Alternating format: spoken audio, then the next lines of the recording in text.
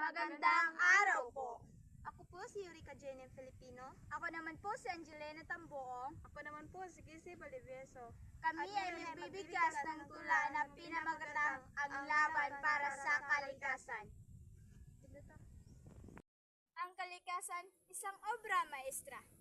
May kagandahan, di mapapantay mula sa bundok. Hanggang sa dagat, may himala. Sa bawat sulok, di maitatanggi.